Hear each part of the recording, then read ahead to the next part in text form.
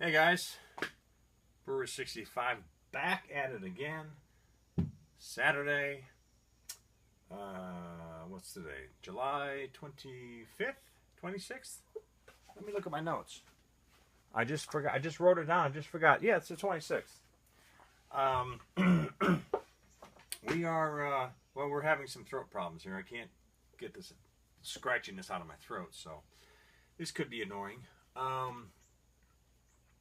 you saw earlier, Old English Ale.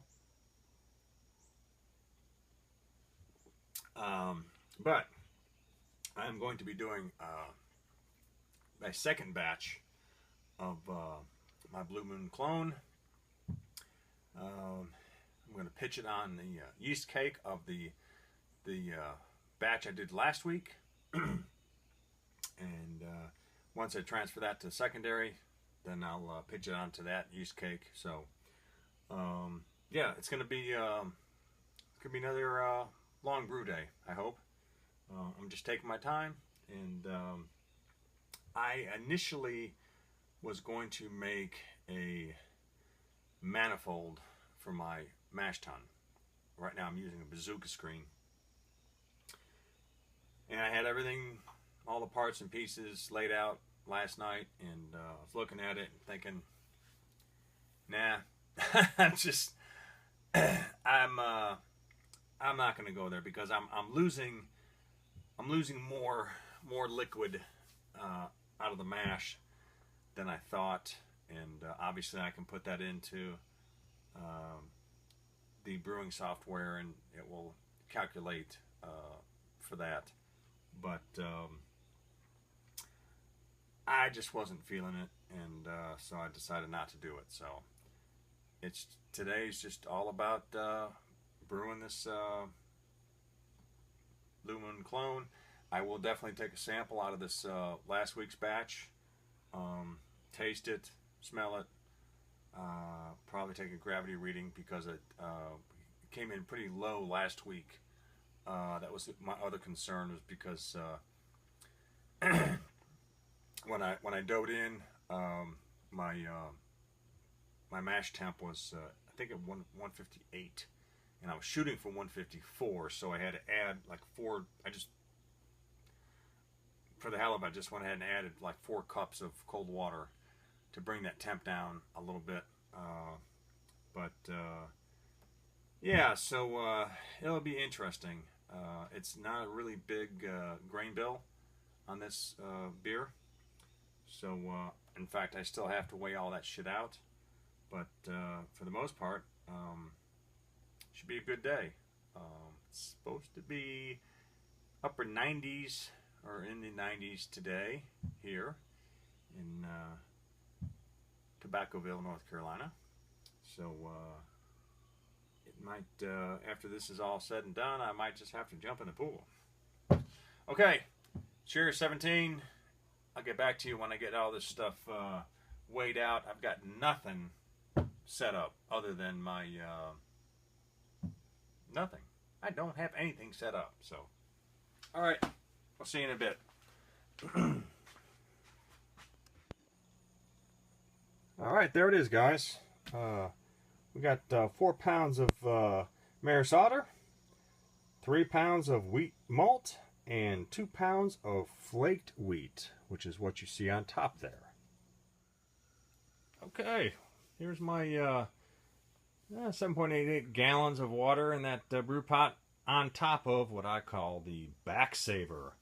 All I have to do is wheel it over to my what's it called? My burner. Oh, easy now. I've never done it this way. I mean, I've never showed this, what I go through here, but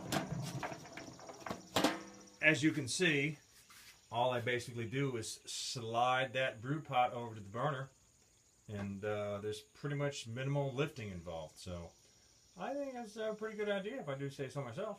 See ya. See how easy that transfer was? No, you didn't see it, but anyway, it was easy. So, see ya.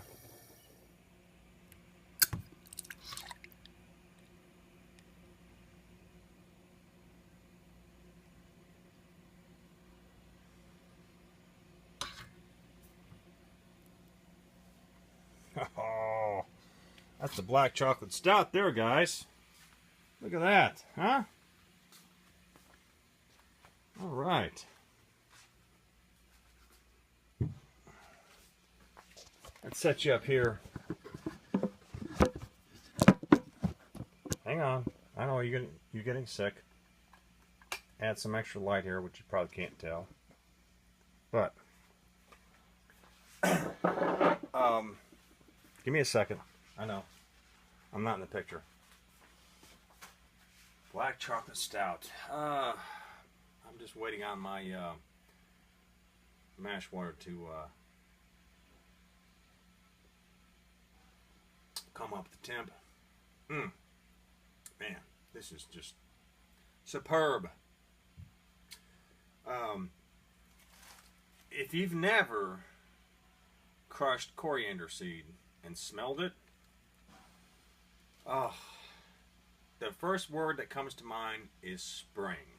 It's just lemony. Oh, it just smells so good. I know why Blue Moon tastes like it does. That's definitely one of the characteristics of it, other than the sweet orange peel that I'm going to be putting in there. But yeah, it's just, man, that's just really just, makes my day. Along with this black chocolate stout. I know a lot of people don't like, people associate, why do people associate dark or black beers with bitter taste? I have no idea. This is definitely not bitter. I'm not a big Guinness fan because of that, but this is just really malty, yeah, it's very enjoyable. So yeah, I'm gonna try to mash in a little bit lower than I did last week, because you know, like I said, after I doughed in, my temp was 158 and my target is 154. So instead of mashing in at what was it, 161 point something, I think I'm just gonna shoot for 160 to hit 154, and hopefully I hit it. I'm really anxious to once I do the once everything's brewed and I transfer the this wort to the well, actually I got to transfer the primary of the last week's wort beer. Well, actually it's not beer because it's fermented, right? I mean, once it's fermented, it's beer. When it's not fermented, it's wort. Yeah, once I transfer that to the secondary, I'll definitely take a sample, and I'm really looking forward to tasting it to see what it tastes like. And that will give me a good indication of whether it's good or bad. I'm sure the alcohol content, ABV, is going to be low from my initial readings. So, if it tastes good or great, I'm not concerned about the ABV. It is a summer type beer.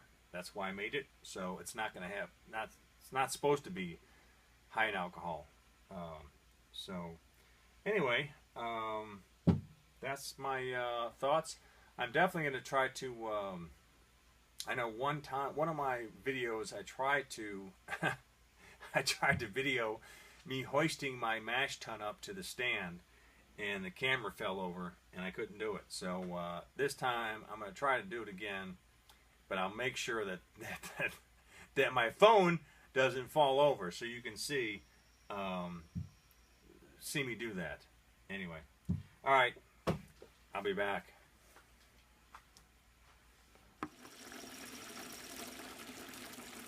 All right, drain the water into the mash tun.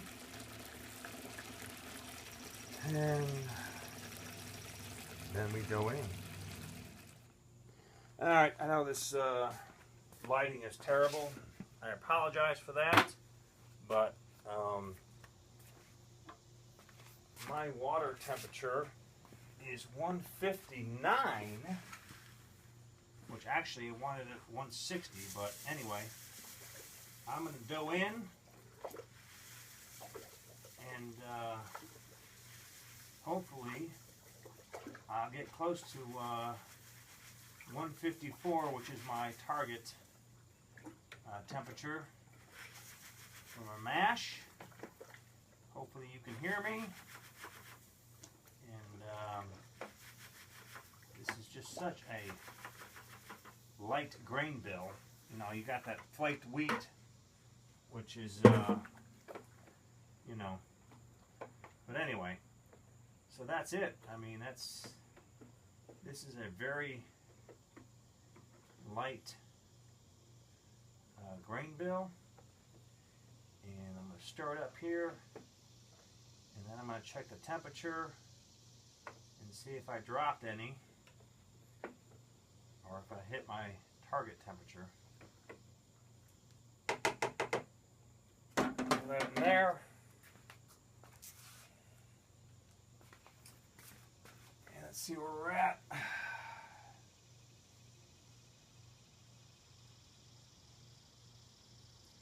153.4.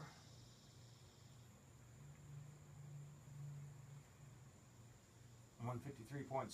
So I'm liking it. Close the lid. Put you on pause and show you what the hoist looks like.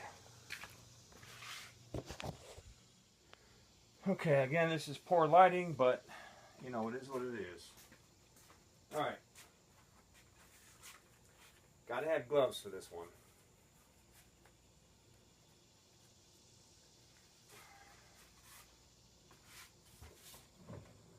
I wheel over my mash tun. And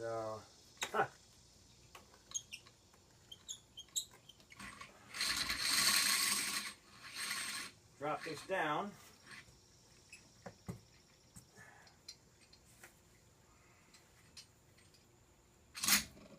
All right, I'm set there. Yeah, so this is what we do.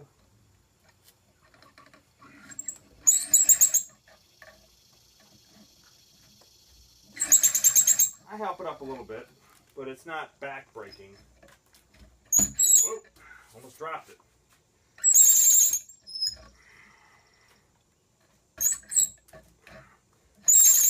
And this thing has got to go with my sled out of the way, all the way up, where it stops. And I slide my little stand, drop it down. That's it. That is my back saver hoist. Of course, I have my hand full of rope. But that's it. I wouldn't mind getting some, replacing those, because those are just straight. I've got no straight pulleys. I wouldn't mind getting pulleys with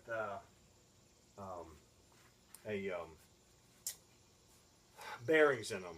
Be a little bit smoother lift. But that's it. That's all I do. And as far as getting the mash tun up on the stand, now it's going to sit here and rest for 90 minutes. And then I'll transfer it, just wheel it over to the brew pot, transfer it over to that, and that's it.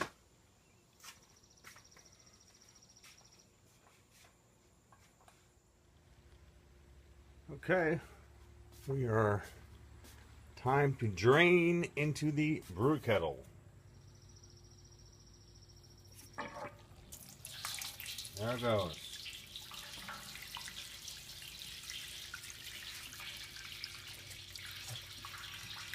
We'll see how much work I get out of that.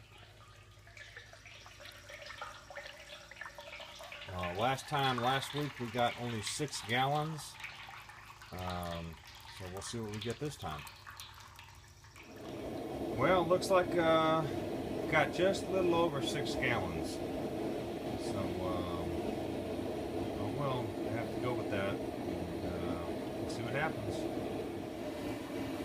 Okay, I've got the mash tun cleaned out.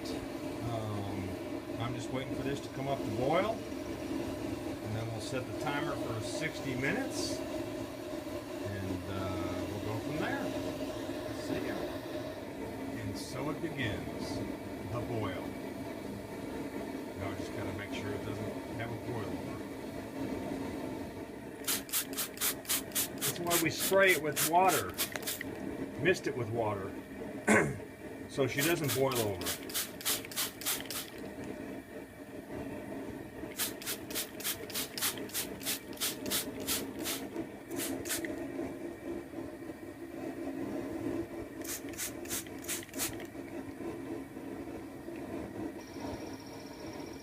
Okay, the boil has stabilized. I don't have to worry about boilovers. So we set the timer for 60 minutes. In 30 minutes I will add my bittering hops, which normally gets in now, but with this particular recipe, 30 minutes only.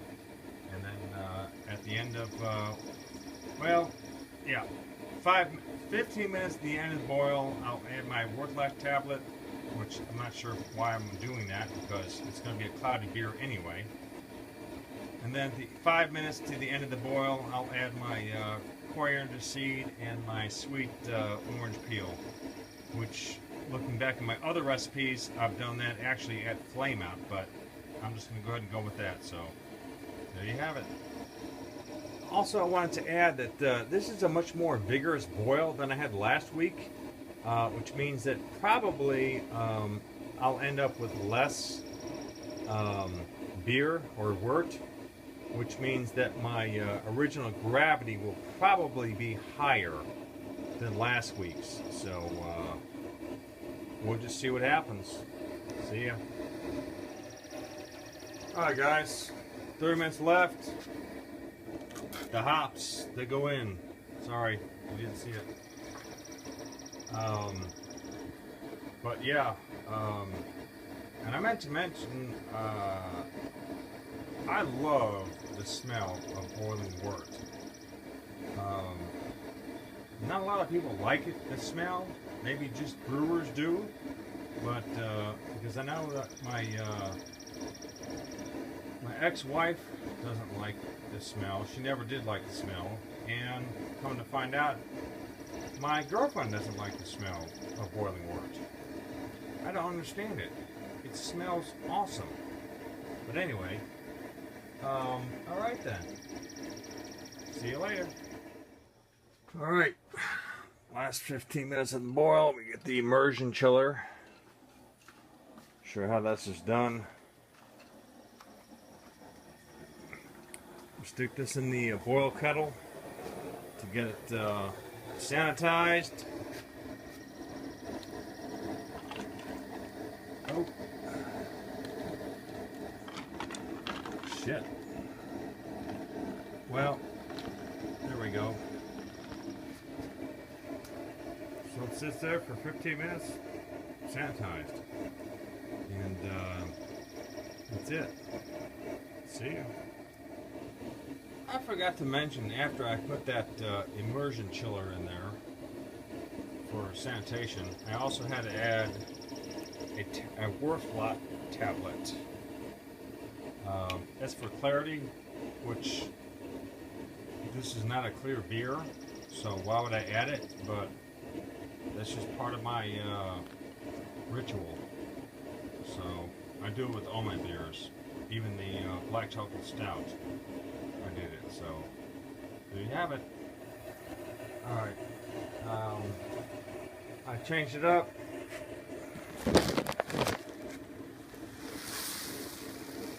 And I'm going to add the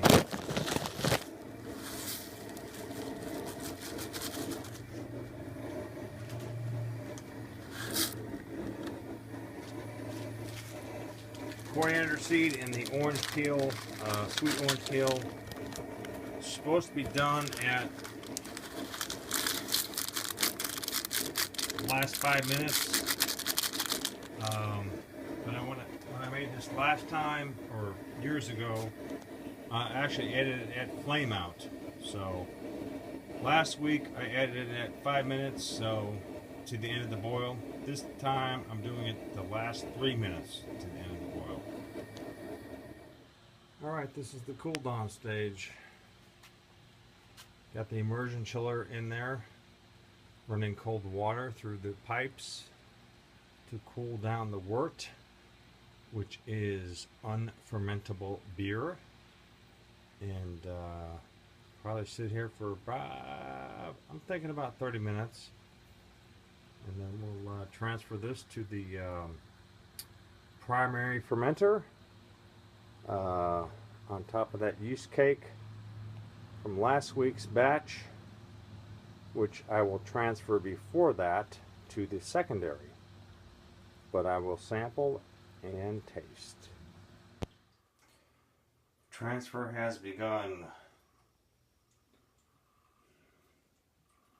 Man, that looks nasty. But it is what it is.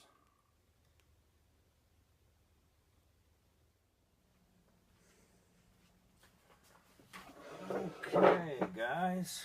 Well, as you just saw in that little clip, I got stuff all over here. Yeah, you saw this just a second ago. The fermentation of the brew, of the wort, going very vigorously. Actually, didn't take long. It never does whenever I dump on top of the old yeast cake. I don't feel if you guys can see me. Can you see me? Let me check this out. I'm trying to wrap this up here. Just a little bit there. Now I feel better. Okay. Here's the numbers. That